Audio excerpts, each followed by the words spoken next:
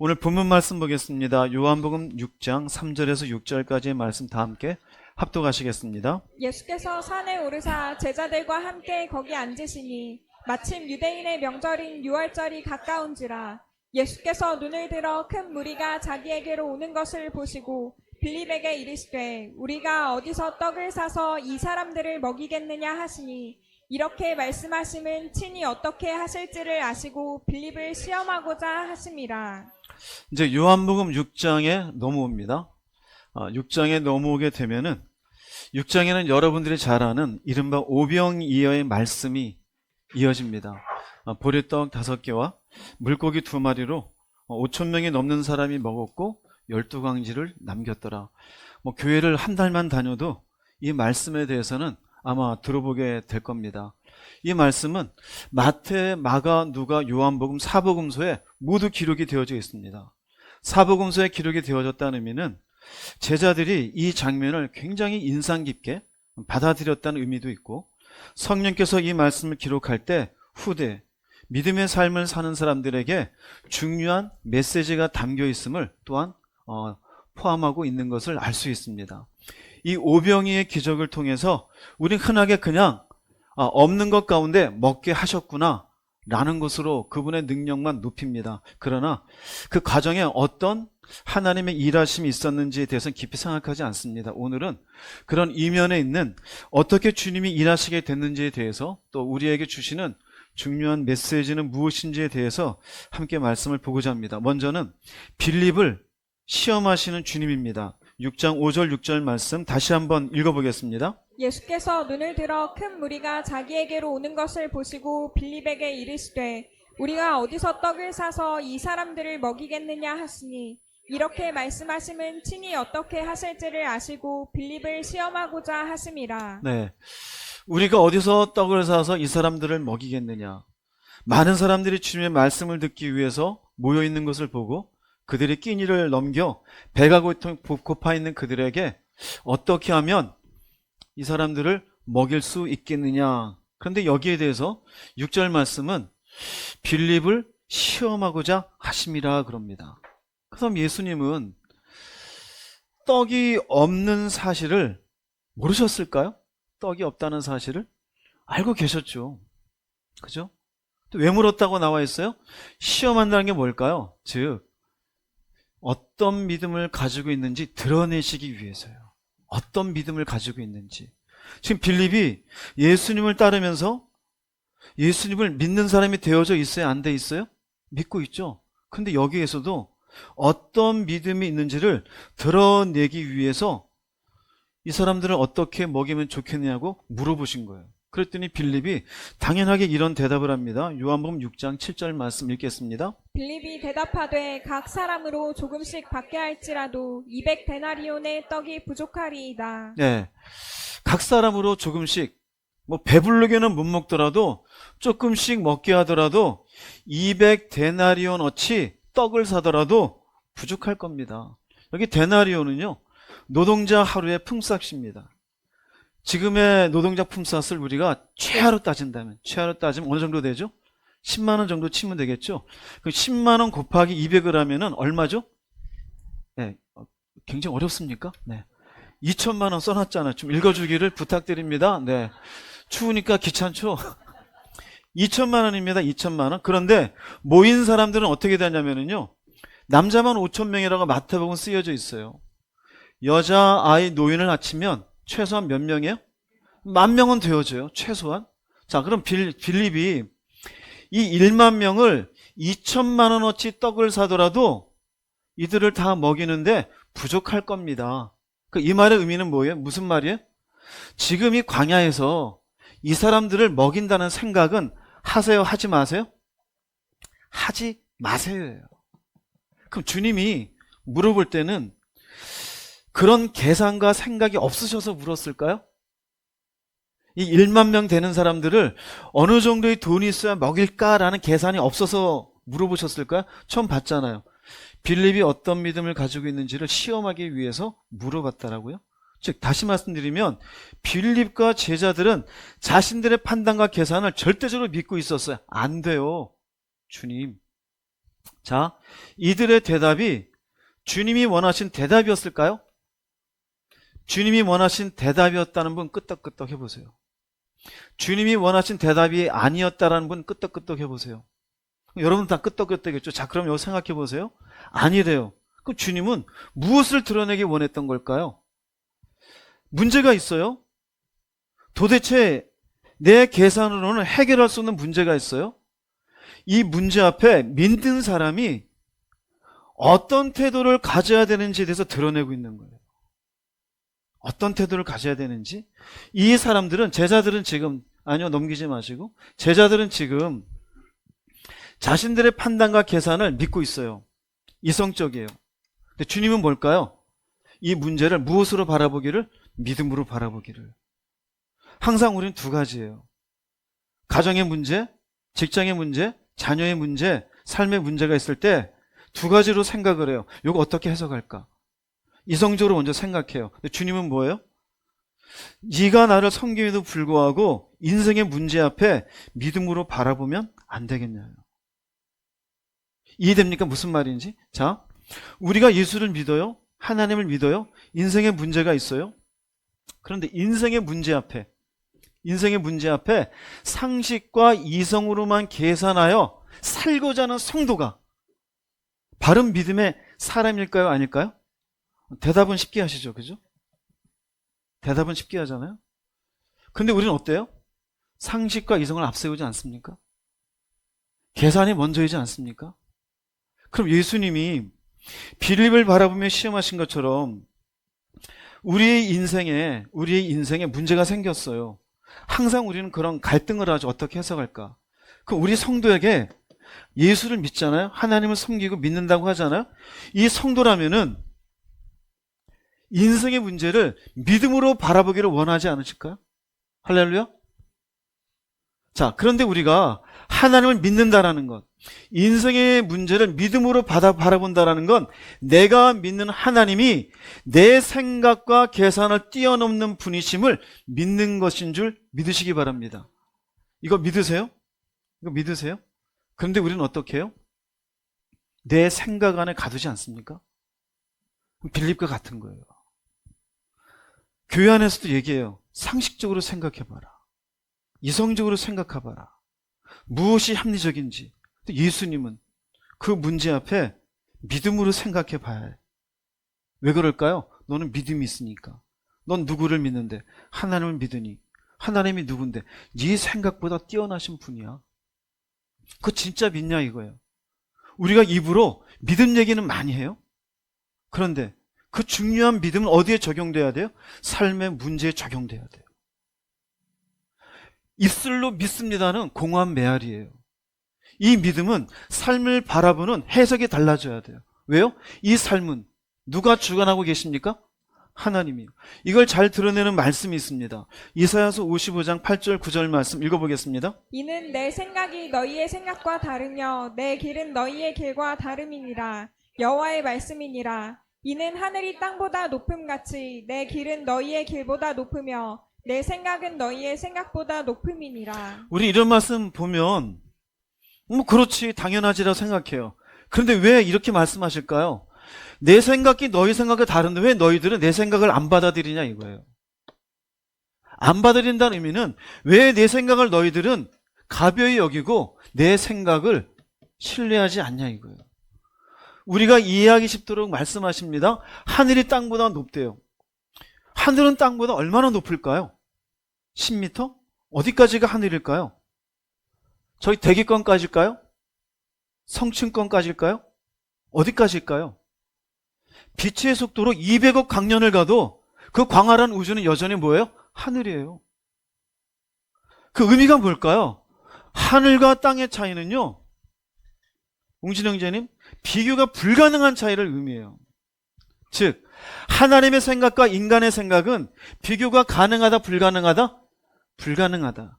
그러면 좀 더 가면 하나님을 믿는 것은 내 생각과 비교가 불가능한 무엇을 붙잡는 것이에요? 하나님의 생각을 붙잡는 것이에요. 믿음의 사람은 이 생각을 붙잡는 거예요. 보세요. 하나님이 얘기해요. 하늘과 땅을 비교해보아라. 내 생각은 너희 생각보다. 이게 비교가 가능하겠냐 이거. 비교가 불가능한 이 사이에서 내가 이해는 되지 않더라도 하나님을 뭐 하는 걸까요? 당신이 내 생각보다 뭐함을? 높고 뛰어남을 뭐 하는 걸까요? 믿습니다. 이게 믿습니다. 할렐루야. 믿습니다. 그런데 하나님을 믿는다면서도 여러분의 인생의 결정적인 순간에 하나님의 생각보다 내 생각을 붙잡지 않습니까? 그게 믿음일까요? 그게 믿음일까요? 구약을 볼게요. 이스라엘 백성들에게 하나님이 출애굽기에서 모세를 통해서 내가 너희들을 애굽의 종살에서 이끌어내어 가나안 땅으로 보내주겠다 그랬어요. 그건 하나님의 생각이에요. 이들이 이제 드디어 애굽에서 하나님 말씀대로 모세를 통해 이끌고 나오는데 첫 번째 난관이 딱 만나요. 홍해바다였어요. 하나님은 이미 가나안까지 말씀하고 있습니다. 근데 이들의 눈에는 뭐가 보여요? 홍해바다가 앞에 딱 보여요. 이걸 어떻게 건너라고. 설상가상으로 뒤에서 바로의 군사들이 저놈들을 쳐 죽이자 그러고 우르르 와요. 얼마나 무서울까요? 그 바로의 군사들에게 종살이하면서 그들의 무서움을 익히 맛봤던 사람들이에요. 트라우마라고 있지 않습니까? 우리가 어떤 사건에 대한 트라우마가 있으면 비슷한 경험만 되어도 놀라잖아요. 바로의 군사의 움직임만 봐도 얼마나 무섭겠어요. 자, 그때 이스라엘 백성들의 모습을 볼게요. 출애굽기 14장 10절 11절 말씀 읽어보겠습니다. 바로가 가까이 올 때에 이스라엘 자손이 눈을 들어 본즉 애굽 사람들이 자기들 뒤에 이른지라. 이스라엘 자손이 심히 두려워하여 여호와께 부르짖고 그들이 또 모세에게 이르되 애굽에 매장지가 없어서 당신이 우리를 이끌어내어 이 광야에서 죽게 하느냐. 어찌하여 당신이 우리를 애굽에서 이끌어내어 우리에게 이같이 하느냐. 문제가 있죠. 앞에는 바다요, 뒤에는 군사요. 두려울 수밖에 없어요. 이게 기도일까요? 기도가 아니에요. 불평이에요. 그리고 뭐라 그래요? 하나님의 생각으로 이끄는 건 우리를 여기서 죽게 하려는 것이다. 도대체 왜 어찌해서 우리에게 이렇게 해서 어려움을 당하게 하느냐. 문제 앞에 하나님의 생각을 향한 어떤 믿음이나 믿음의 반응이 있어요, 없어요? 아무것도 없어요. 그런데 모세를 볼게요. 14장 13절 말씀 읽어보겠습니다. 모세가 백성에게 이르되 너희는 두려워하지 말고 가만히 서서 여호와께서 오늘 너희를 위하여 행하시는 구원을 보라. 너희가 오늘 본 애굽 사람을 영원히 다시 보지 아니하리라. 자, 모세는 지금 이렇게 말하는 가운데 덜덜덜 떨면서 말을 합니까? 아니면 차분하고 평안한 마음으로 말을 하고 있습니까? 그죠? 그럼 모세의 눈앞에는 홍해바다가 보여요, 안 보여요? 뒤에는 바로의 군사가 보여요, 안 보여요? 똑같은 문제예요. 그렇다면은 모세는 미리 하나님이 홍해를 가르칠 것을 알고 있었을까요? 알고 있었어요? 여러분 성경 보면은 지금 13절이잖아요. 16절 가서야 하나님이 네 손을 바다 위로 내밀어 갈라지게 하라 그래요. 그전엔 안 가르쳐 주어요. 이게 무엇을 의미할까요? 모세는 하나님이 어떻게 할지 몰라요. 그러나 하나님이 당신의 방법으로 이 위기를 극복하게 하실 것을 뭐 한 거예요? 믿은 거예요. 이게 뭐예요? 이게 신뢰예요. 이스라엘 백성들은 계산한 거예요. 계산은 두려움을 줬어요. 신뢰는요, 두려움을 몰아내게 했어요. 왜 신뢰했을까요? 나는 몰라요. 그분의 생각을. 그분의 생각과 내 생각은 하늘과 땅만큼 차이가 나니. 모세는 이스라엘 백성들 끌어왔고 백성들이 그렇게 원망하지만 나는 모릅니다. 어떻게 할지는. 그러나 그분의 방식으로 이 위기를 극복하게 하실 하나님인 줄 나는 믿습니다. 그럽니다. 이 말씀이 떨어지고 하나님이 손을 내밀어 홍해바다를 가르치게 하고 홍해바다 갈라지고 밤새도록 바람이 불어서 홍해바다가 갈라집니다. 성경에 의하면 여호와의 사자가 뒤에 있는 바로의 군사가 이스라엘을 덤비지 못하도록 그 중간에 서게 되어지자 바로의 군사들이 있는 곳은 흑암이 되어지고 이스라엘 백성이 있는 곳은 빛이 대낮처럼 환하게 되어집니다. 홍해바다 갈라져 이스라엘 백성들이 다 지나갑니다. 그리고 조금 뒤에 바로의 군사들이 흑암이 거치게 되어지자 홍해바다로 들어오고 홍해바다는 어떻게 되어져요? 싹 덮여서 수장되게 되어져요. 이것을 백성들이 눈으로 봅니다. 그리고 나서는 출애굽기 14장 31절에 이렇게 고백합니다. 읽어보겠습니다. 이스라엘이 여호와께서 애굽 사람들에게 행하신 그 큰 능력을 보았으므로 백성이 여호와를 경외하며 여호와와 그의 종 모세를 믿었더라. 능력을 봤어요. 그랬더니 여호와를 경외하며 여호와를 믿었어요, 안 믿었어요? 자, 그럼 믿었으면은 다시 삶에 문제가 생겼을 때 어떻게 해야 될까요? 계산을 해야 될까? 하나님을 신뢰를 해야 될까요? 그럴 것 같죠. 그런데 사흘 뒤에 쓴물을 만납니다. 그 쓴물 앞에 또 계산합니다. 먹을 게 없습니다. 먹을 게 없다고 또 계산을 합니다. 고기가 없습니다. 고기가 없다고 또 계산을 합니다. 결정적인 건 이들이 가나안에 들어가기 전에 정탐을 하고 옵니다. 정탐을 하고 가서 또 이성적인 이야기를 늘어놓습니다. 거기에는 장대한 백성들이 있다. 그들에 비하면 우리는 뭐 같다? 메뚜기 같다. 못 간다. 갈 수가 없다.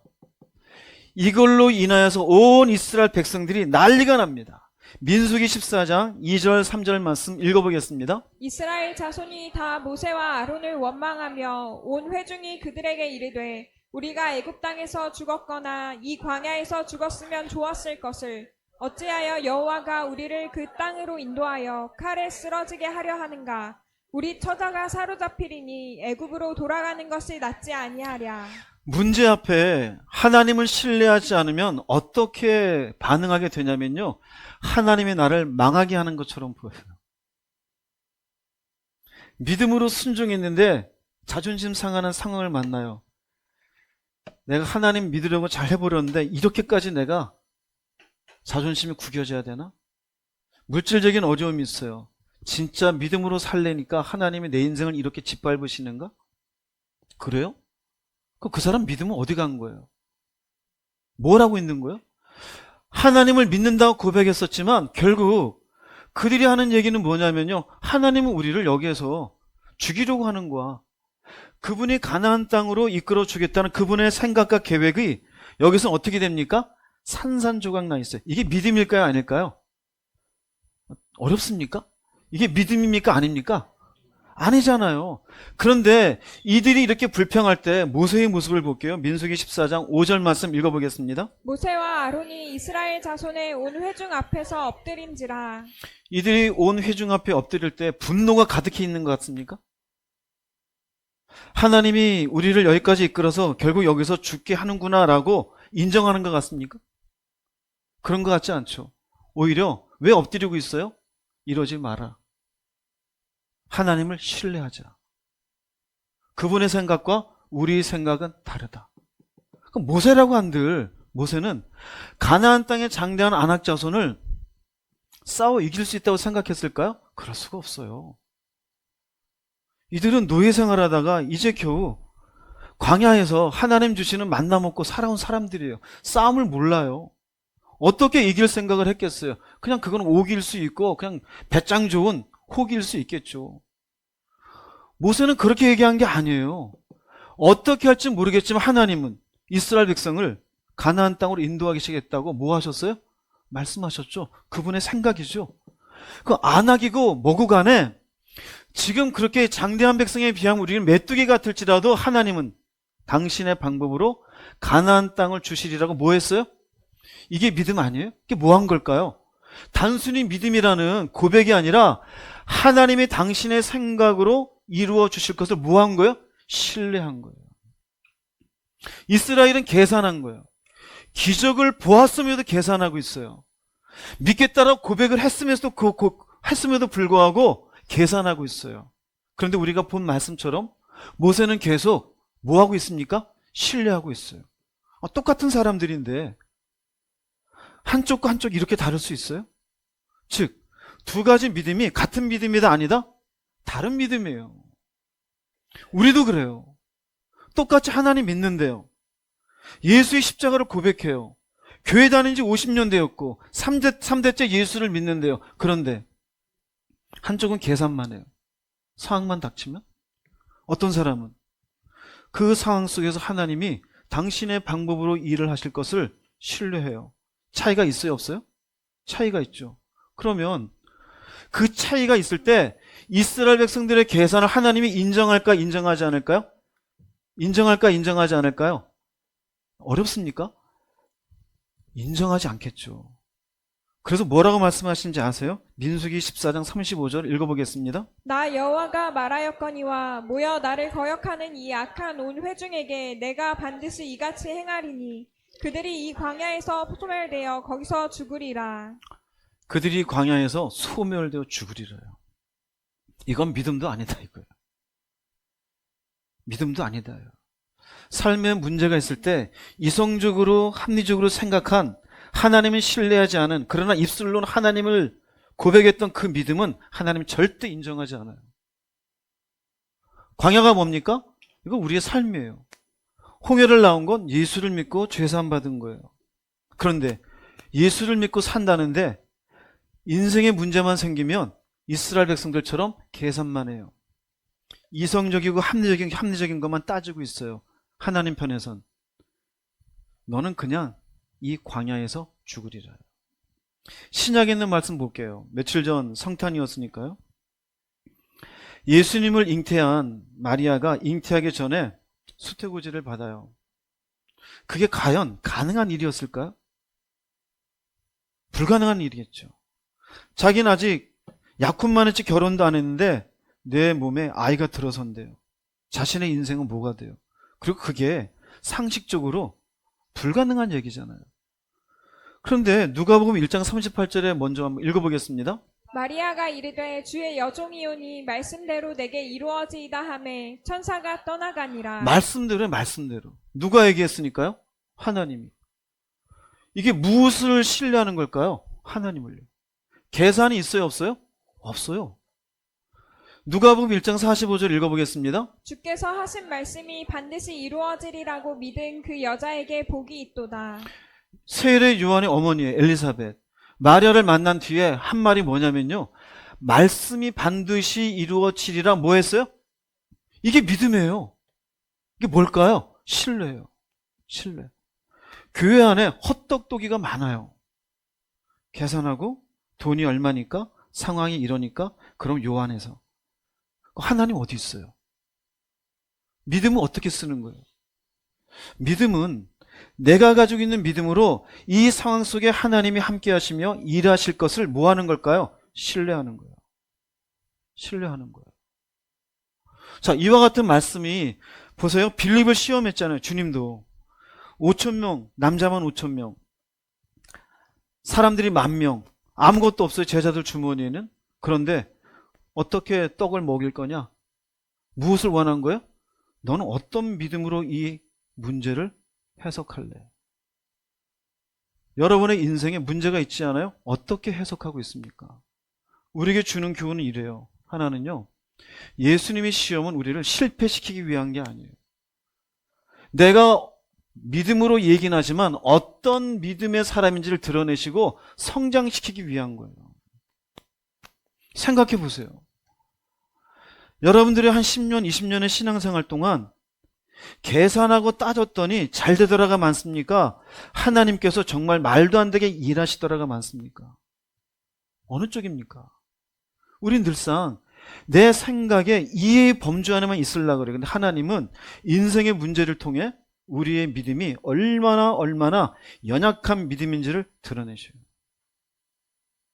두 번째는 무엇이냐면요, 하나님은 당신을 믿는다고 말하면서도 결정적인 순간마다 합리적이고 이성적인 방법, 즉 내 생각, 내 계산, 내 경험을 더 신뢰하지 않는지 드러내시는 거예요. 여러분 똑똑합니까? IQ 한 150 되세요? 여러분의 생각 안에 하나님이 그 바운더리 안에서만 일하시는 하나님일까요? 근데 그걸 더 신뢰해요. 그러면서도 얘기해요. 나 하나님 믿는다고. 빌립과 같은 믿음이에요. 세 번째로 우리가 하나님을 신뢰하고 우리 문제 앞에, 그분 앞에 믿음으로 산다고 하는 것은 먼저 방법을 알아서 움직이는 게 아니에요. 세 번째로 하나님은 방법을 알려주지 않아요. 예수님도 빌립에게 내가 어떻게 이 사람들을 먹일 것이다 안 알려주어요. 모세에게 어떻게 내가 홍해바다를 갈라낼 것이다? 안 알려주어요. 가나안 땅을 어떤 방식으로 내가 점령하게 할 거다? 안 알려주었어요. 대신 뭐를 요구해요? 신뢰를 요구해요. 그러므로 믿음이란 뭐냐면요, 그분이 어떻게 하실지 아는 게 아니에요. 방법을 아는 게 아니에요. 어떻게 하시든 하나님이 하실 것을 믿는 것임을 믿으시기 바랍니다. 어떻게 하시든 하나님이 하실 것이다. 왜요? 내 생각과 그분의 생각은 다르니까. 그럼 여기에 나오는 딱 두 가지예요. 우리가 신앙생활을 하나님 믿어요. 근데 항상 부딪히는 게 있어요. 계산과 신뢰요. 내가 지금 계산하는 대로 이성적 방법대로 해석할 것인가?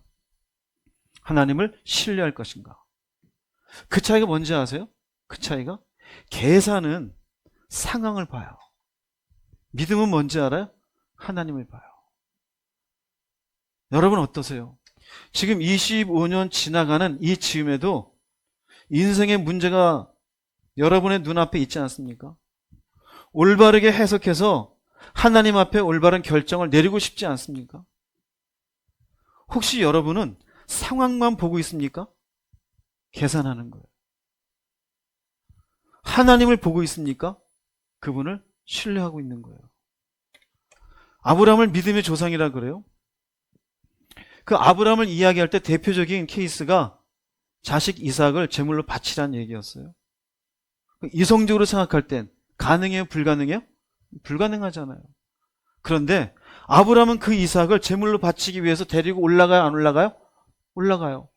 히브리에서 얘기해요. 뭐라고 얘기합니까? 죽은 자 가운데서라도 뭐 할 줄 믿고? 살리실 줄 믿고. 문제가 있었어요. 그 문제 앞에 아브라함은 하나님이 어떻게 해서든 살리실 줄을 믿었기에 움직였어요. 우리처럼 계산만 하고 있으면 애당초 이건 내가 잘못 들은 얘기일 거야, 무시할 거예요. 그 시험이 지난 뒤에 하나님 뭐라 그래요? 이제야 네가 나를 경외하는 줄을 알았도다. 뭐예요? 믿음은 믿음이지만 어떤 믿음인지를 보신 거예요. 어떤 믿음인지를. 우리도 다 믿음 얘기를 해요. 다 예수 믿는다고 하고. 그런데 진짜 믿음은 문제를 어떻게 해석하고 있냐고 해요. 상황을 잘 이해하는 게 아니에요. 이 문제를 하나님이 어떻게 다스리고 있는지를 그분을 신뢰하고 있는 사람이 진짜 믿음의 사람이에요. 여러분 자신을 보세요. 나는 주님을 어떻게 믿는지, 나는 그분을 신뢰하고 있는 것인지, 계산하는 사람인지. 우리가 나 예수님 믿었어요? 하나님 살아계신 거 믿어요? 교회 다녀요? 진짜 믿음의 사람입니까? 하나님은 그렇지 않아요. 실제 삶 속에 내가 어떤 믿음 가운데 있는지를 살펴보고 계셔요. 고린도후서 13장 5절에 이런 말씀이 있습니다. 읽어보겠습니다. 여러분은 자신이 믿음 안에 있는지 점검하고 자신을 시험해 보십시오. 예수 그리스도께서 여러분 안에 계신다는 사실을 알지 못합니까? 이것을 모르면 여러분은 시험에서 불합격한 사람들입니다. 시험에 보래요. 믿음 안에 있는지. 그 입술의 믿음의 고백이 다예요? 아니에요? 아니에요. 예수께서 우리 안에 계신다는 건 뭘까요? 내 안에 계신 예수님 뭐하러 계셔요? 내 삶을 인도하시고 내 삶을 보호하시고 당신이 원하신 뜻 가운데 내 삶을 사용하시기 위해서 내 안에 계신 거 아니에요? 단지 예수 믿지 않는 사람과 그냥 단순히 차별화시키기 위해서 예수님이 너희 안에 있다, 이것만 있을까요? 그렇지 않잖아요. 그러면 우리 안에 계신 그분이 내 인생을 보호하시고 인도하신다면 어떤 마음을 가져야 될까요? 삶을 바라보고 해석하는 게 달라야겠죠. 그분의 생각과 내 생각이 다른 것을 믿어야 되겠죠. 그분의 인도하심이 내가 이해하지 않더라도 삶의 문제 앞에 어떻게 내가 바라봐야 될지가 달라야 되겠죠. 그렇죠? 그러면 시험한다는 건 뭐예요? 두 가지로 여러분들에게 보여드릴게요. 하나는 늘 자신이 생각할 수 있는 범위 내에서만 계산해요. 그래, 이 사람은 계산이 안에서 인생이 이루어지면 기뻐요. 근데 계산대로 안 되면 절망이에요. 이렇게 하면 이렇게 될 줄 알아. 또 안 됐어. 기쁨과 절망을 반복해요. 이 사람은 하나님의 생각이 내 생각보다 높으시다는 것을 믿지 못하는 사람이에요. 신뢰하지 않고 계산하고 사는 사람이에요. 불합격자입니다. 두 번째는요. 웅진 형제님, 어떤 상황 속에서도 근심하거나 절망하기는커녕 오히려 감사해요. 기뻐해요. 모세처럼 정말 그 마음이 캄해요. 아주 마음속에 평화로워요. 하나님이 어떻게 하시겠지? 그게 뭐예요? 하나님이 내 생각보다 높은 분이라는 진리를 믿는 사람이에요. 신뢰하는 사람이에요. 마음속으로 여러분은 생각해 보세요. 1번입니까? 2번입니까? 정직하게. 주님이 빌립의 신앙을 드러낸 건 그를 나무라기 위함이 아니에요. 예수께서 빌립의 그 시험을 통해서 부족한 믿음을 놓고 이 바보 같은 제자 얘기하지 않았어요. 그러나 그 모든 모습을 보았던 제자들은 마태, 마가, 누가, 요한복음에 적어 놓았어요. 왜 그래요? 어떤 사람이 되어야 될지를 생각하는 구절이다 이거예요. 교회 열심히 다니는 게 믿음입니까?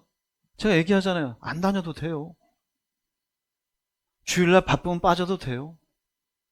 기도 열심히 하면 믿음입니까? 하셔야죠. 그러나 기도라는 형식만 취하는 게 믿음일까요? 인생은 끝도 없는 파도예요. 문제는 문제를 계속해서 일어나게 만들어요. 그 문제 앞에 누가 시험에서 합격한 사람일까요? 하나님의 생각이 내 생각보다 높은 분이라고 믿는 사람이에요. 빌립이 그런 믿음이 있는지 없는지를 예수님이 시험하신 곳이 바로 오병이어 기적의 모습이었습니다. 하나님을 온전히 신뢰하는 여러분들 되시기를 주의 이름으로 축복합니다. 두 번째로 요한복음 6장에서 볼 수 있는 것은 한 아이의 헌신입니다. 요한복음 6장 8절 9절 말씀 읽어보겠습니다. 제자 중 하나 곧 시몬 베드로의 형제 안드레가 예수께 여짜오되 여기 한 아이가 있어 보리떡 5개와 물고기 2마리를 가지고 있나이다. 그러나 그것이 이 많은 사람에게 얼마나 되겠사옵나이까. 네, 아이가 있습니다. 아이가 가지고 있는 건 보리떡 5개고 물고기 2마리입니다. 자, 이 아이는 웅진 형제님, 네, 보리떡 5개와 생선 2조각을 가지고 있는데 이거는 웅진 형제님, 어머니가 아이의 끼니를 생각하고 싸주신 것이에요. 그러나 이게 많은 사람에게 도움이 될까요? 안 될까요? 도움이 돼요? 안 돼요? 안 돼요. 그냥 어른 도시락도 아니고 아이 도시락이에요. 별 도움이 될 것도 하나도 없어요. 그런데 이 아이는 이 물고기 2마리와 보리떡 5개가 있는 이 도시락을 내어놓았어요. 아이는 어떤 마음으로 내어놓았을까요? 어떤 마음으로? 하나는 계산하지 않는 마음이에요. 자기가 갖고 있는 떡이 몇 개인지, 여기 있는 많은 사람들이 얼마나 되는지, 내가 먹을 건 이걸 주고 나면 내 몫은 생길지 안 생길지. 계산이 있어요, 없어요? 계산이 하나도 없어요. 두 번째는요, 결과를 묻지 않아요. 안드레님, 아니면 예수님, 이러면 진짜 5,000명이 다 먹는 거예요? 이것이 가능성이 있는지 불가능한 건지 물어요, 안 물어봐요? 아무것도 안 물어봐요. 세 번째는요, 계산도 안 했고 결과도 없는데 그냥 내놓아요. 자신의 몫이 안 생길 수도 있어요. 불가능해질 수도 있어요. 여러분들 움직여 안 움직여요? 안 움직이죠. 근데 아이는 뭐예요? 자신의 남은 것이 아니라 가진 걸 다 내놓았어요. 계산도 안 하고요. 결과도 생각하지 않았어요. 성경에 보면 이런 말씀이 있어요. 마태복음 18장 3절 말씀 읽어보겠습니다. 이르시되 진실로 너희에게 이르노니 너희가 돌이켜 어린아이들과 같이 되지 아니하면 결단코 천국에 들어가지 못하리라. 어린 아이들과 같이 되라고 얘기해요. 오늘 말씀으로 따지면은 어린아이 특징 중에 하나는 뭐냐면 아이는 계산하는 아이는 별로 없어요. 신뢰를 먼저 해요. 아버지나 어머니가 뭐를 시키면은 그거 왜 해야 돼? 그냥 일단 해.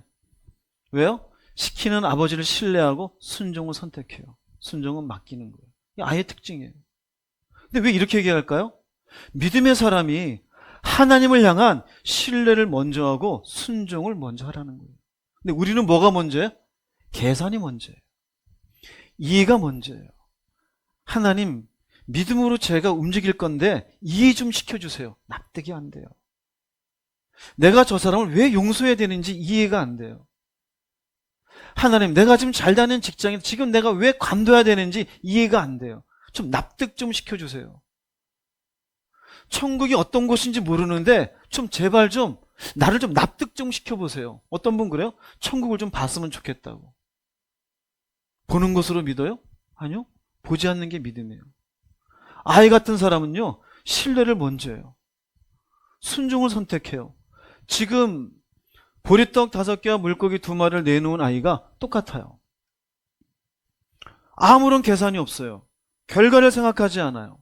그리고는 자기가 가진 전부를 딱 내놓아요. 그랬더니 요한복음 6장 10절에서 이런 말씀이 있습니다. 읽어보겠습니다. 예수께서 이르시되 이 사람들로 앉게 하라 하시니 그곳에 잔디가 많은지라 사람들이 앉으니 수가 5,000명쯤 되더라. 네, 이 사람들로 앉게 하라. 무슨 말일까요? 아이의 내어놓음이 주님이 일하시는 시작점이 되는 거예요. 아무도 내놓은 것이 없었으면 모르겠어요. 예수님이 다른 방식으로 하실 수도 있겠지만 아마 1만 명 되는 사람들이 아무것도 못 먹고 흩어졌을 수도 있겠죠. 그런데 아이를 보세요. 자기는 아무것도 계산하지 아니하고 결과도 생각하지 아니하고 자기의 몫이 주어지지 않더라도 그냥 내놓았어요. 그랬더니 주님이 바로 앉게 해라. 무슨 말인지 아세요? 우리는 하나님의 일을 보길 원해요. 근데 문제는 안 내놓아요. 내 속에 계속 생각하는 바가 있어요. 계산이 있어요. 나름대로 마지노선이 있어요. 여기까지만. 요거 100만 원까지만. 여기까지만 어떻게 해주시면. 그럼 하나님 일하실까 안 하실까요? 안 하셔요. 안 하셔요. 어떤 일도 일어나지 않아요. 이렇게 이 사람들로 앉게 하라 하신 뒤에 비로소 요한복음 6장 11절 13절 말씀 읽어보겠습니다. 예수께서 떡을 가져 축사하신 후에 앉아있는 자들에게 나눠주시고 물고기도 그렇게 그들의 원대로 주시니라. 그들이 배부른 후에 예수께서 제자들에게 이르시되 남은 조각을 거두고 버리는 것이 없게 하라 하심으로 이에 거두니 보리떡 5개로 먹고 남은 조각이 12바구니에 찼더라. 네, 축사하시고 앉아있는 자를 주는데 겨우 물고기 2마리고 보리떡 5개인데 그들의 원하는 대로 주래요. 그리고 배불리 먹어요. 그리고 남은 것 보니까 12바구니에 찼대요. 제자들은 이걸 상상할 수 있었을까요? 이건 만화라도 못 그려요. 이건 있을 수가 없는 일이에요. 우리의 생각으로는. 우리의 믿음이라고 하는 고백과 다르게 우리의 생각은요, 그 믿음을 자꾸 축소시켜요. 믿음을 축소시키는 건 하나님의 능력과 그분의 일하심을 축소시키는 거예요. 우리가 뭔가 주님 앞에 신중하게 생각도 해요. 고민도 해요. 그런데 그 고민이 여러분의 이성적인 범주 하나만 있다라면 그건 믿음의 고민이 아니에요. 그 문제 속에 임하시는 하나님이 어떻게 바라보고 일하실지에 대한 신뢰가 문제예요. 그게 없으면 내가 상상도 못한 하나님의 일하심을 볼 수가 없습니다.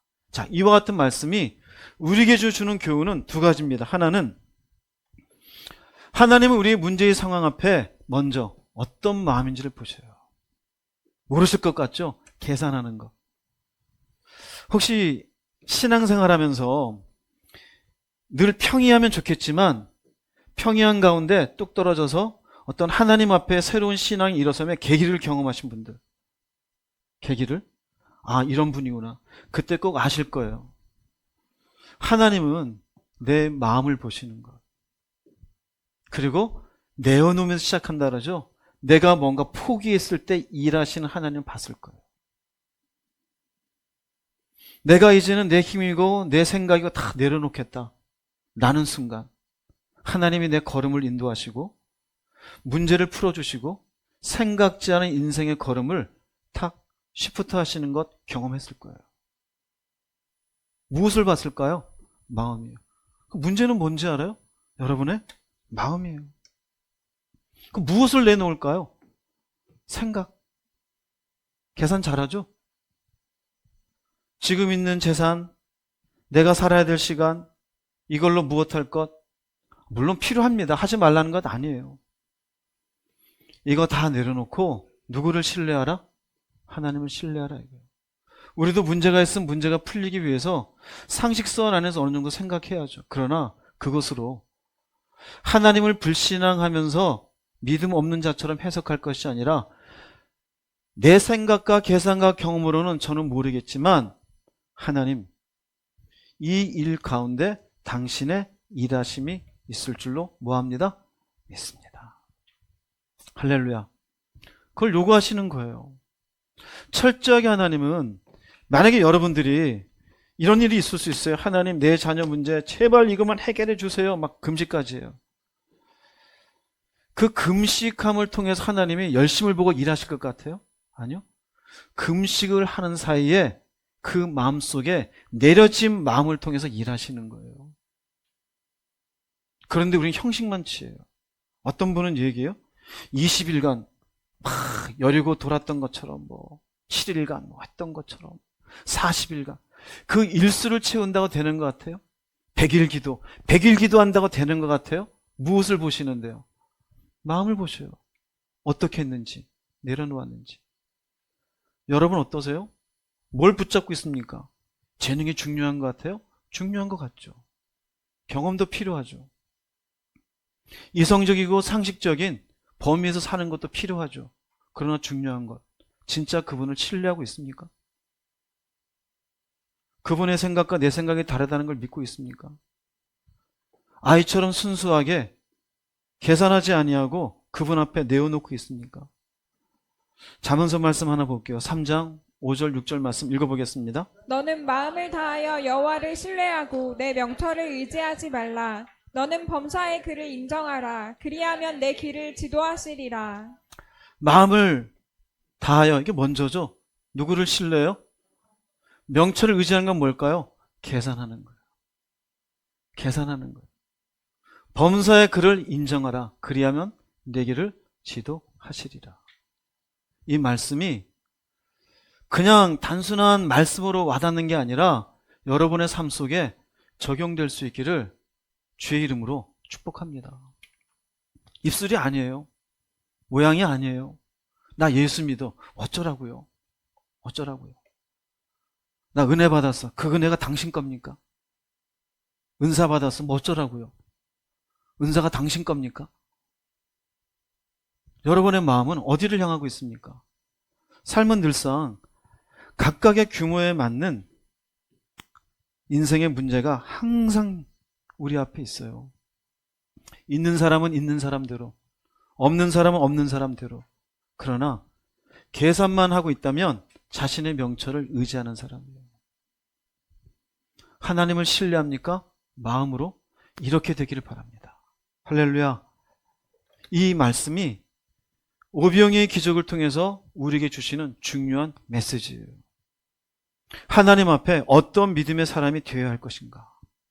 항상 우리는 계산을 하든지 하나님 앞에 온전한 신뢰를 하든지 둘 중에 하나에 대한 이 상충된 마음의 갈등이 있어요. 믿음은 그분을 신뢰하는 쪽으로 결정하는 겁니다. 자, 이렇게 해서 오병의 기적을 통해서 12강줄이라 남는 말도 안 되는 일들을 경험합니다. 자, 그 뒤에 말씀이 중요합니다. 예수님의 모습입니다. 다시 혼자 산으로 올라가시는 모습이 있어요.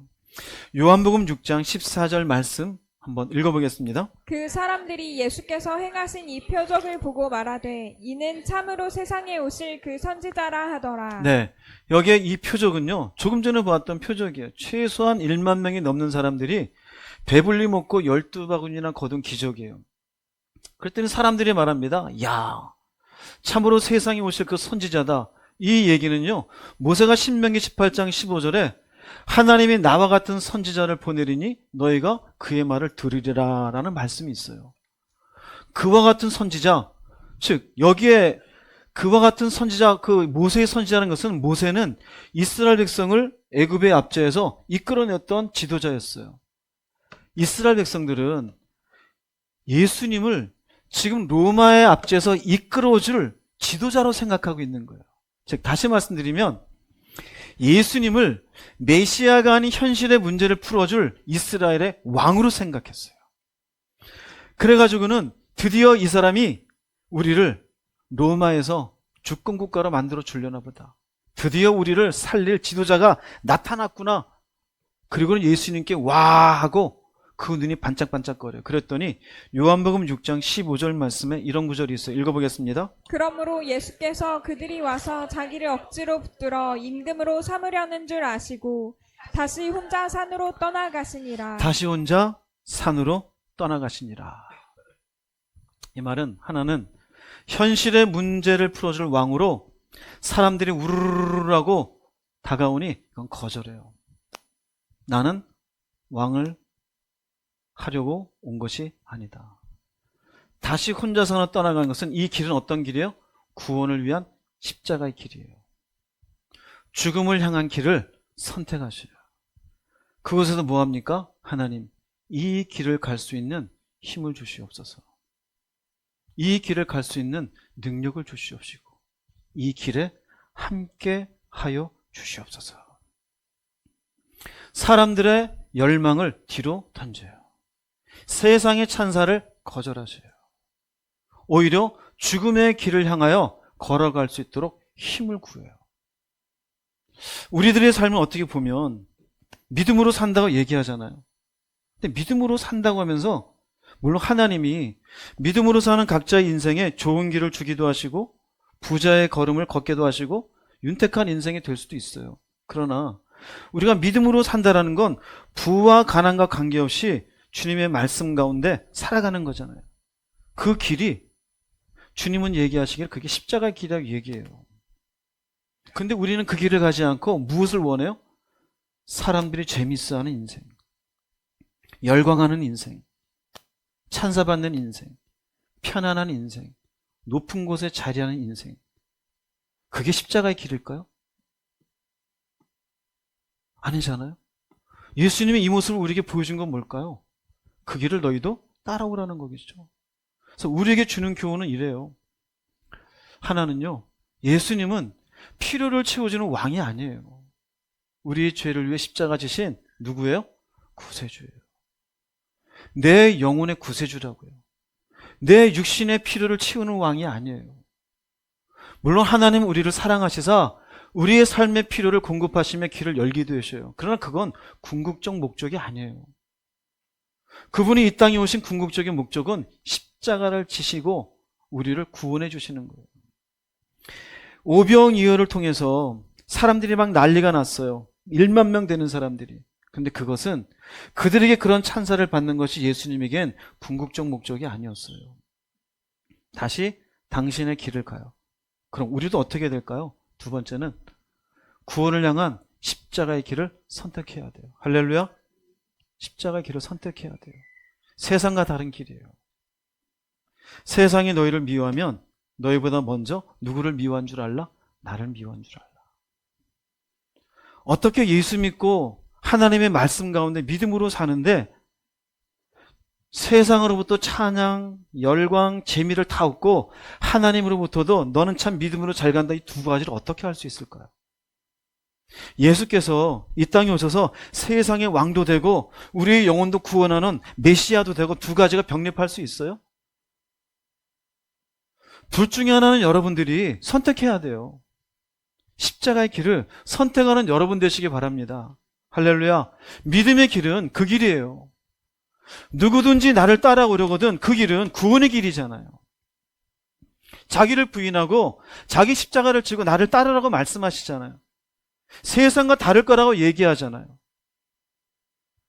팔복이라고 하는 주님의 마태복음 5장의 그 내용 보면은 너희가 나로 인하여 핍박을 받는 건 정상이라고 그러고 복이 있다고 얘기해요. 오히려 말씀으로 사는 것으로 인하여서.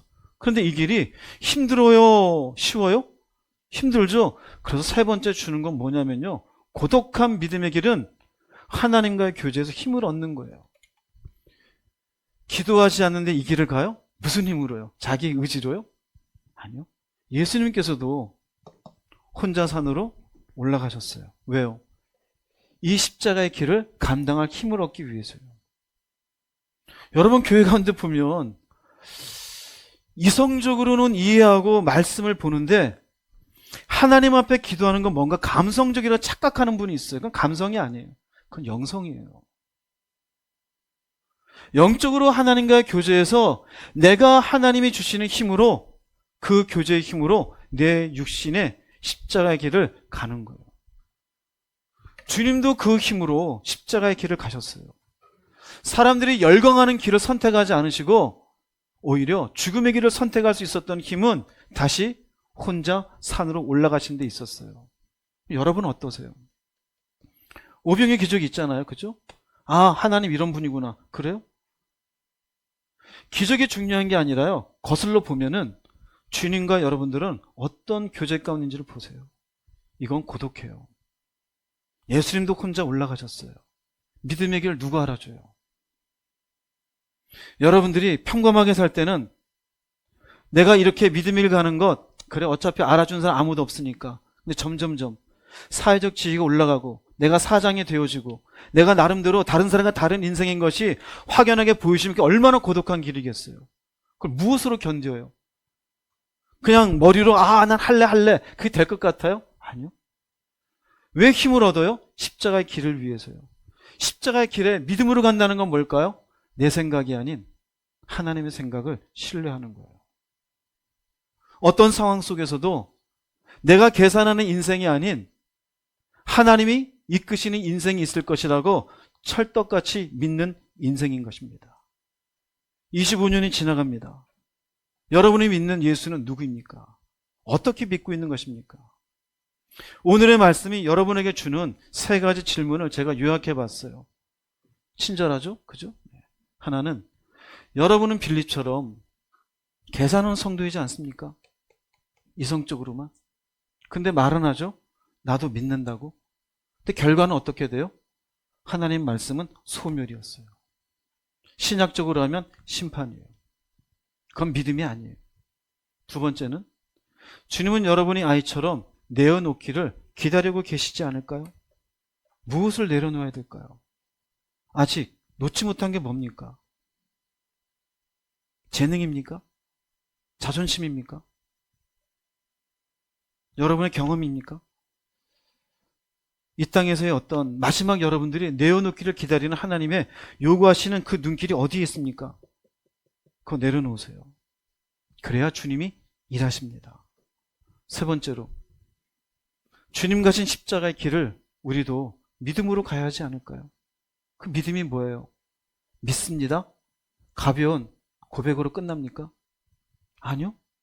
신뢰하세요. 하나님은 살아계십니다. 우리의 생사를 주관하십니다. 여러분을 여기까지 은혜로 이끌어 주셨습니다. 내가 사는 것 같지만 내가 사는 것이 아닌 그분이 살게 하여 주십니다. 그 십자가의 길을 주님이 주시는 힘으로 온전히 걸어갈 수 있기를 주의 이름으로 축복합니다. 결론을 내리겠습니다. 누가복음 9장 20절입니다. 읽어보겠습니다. 예수님께서 제자들에게 말씀하셨습니다. 그러면 너희는 나를 누구라고 하느냐? 베드로가 하나님의 아들 그리스도이십니다라고 대답했습니다. 예수님은 궁금했습니다. 사람들이 나를 누구라고 생각하는지. 제자들에게 물어봤더니 세례 요한이라고도 하고 선지자 중에 한 명이라고도 합니다. 너희는 나를 뭐라고 생각하느냐? 베드로가 얘기합니다. 하나님의 아들 그리스도이십니다.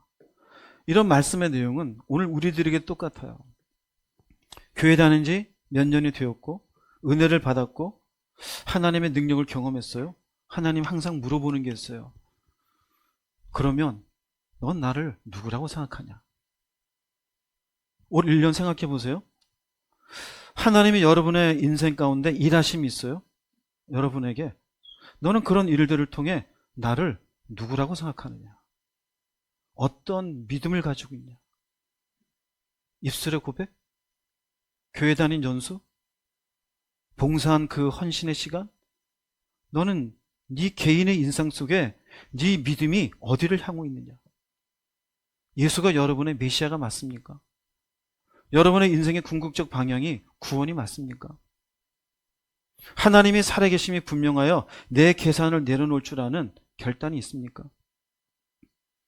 하나님이 내 인생을 무엇인가 시프트 하실 때 당신의 생각이 내 생각보다 뛰어난 분인 줄로 믿습니다. 그런 하나님으로 믿습니까? 26년도에도 하나님은 여러분의 인생 가운데 일하실 거예요. 그러나 그 일하심을 통해 내가 믿음으로 잘 가고 있다고 착각하지 마세요. 어느 순간인가 육을 위해 심는 자는 육으로부터 썩어진 것을 거두고 성령으로부터 영을 위해 심는 자는 생명을 거두리라 그랬어요. 인생의 마지막 결산이 있습니다. 여러분의 인생의 결산을 생각하시고 여러분 스스로가 당신은 나의 주요 나의 하나님이시요 내 모든 걸음을 주관하시는 하나님인 줄 믿습니다. 내 이성을 뛰어넘고 계산을 뛰어넘어 그분 앞에 내어놓는 여러분 되시기 바랍니다. 믿음은 기억하세요. 상황을 이해하는 게 아닙니다. 상황 속에서 하나님을 신뢰하는 것입니다. 그런 신뢰의 여러분 모두가 되기를 주의 이름으로 축복합니다. 기도하시겠습니다.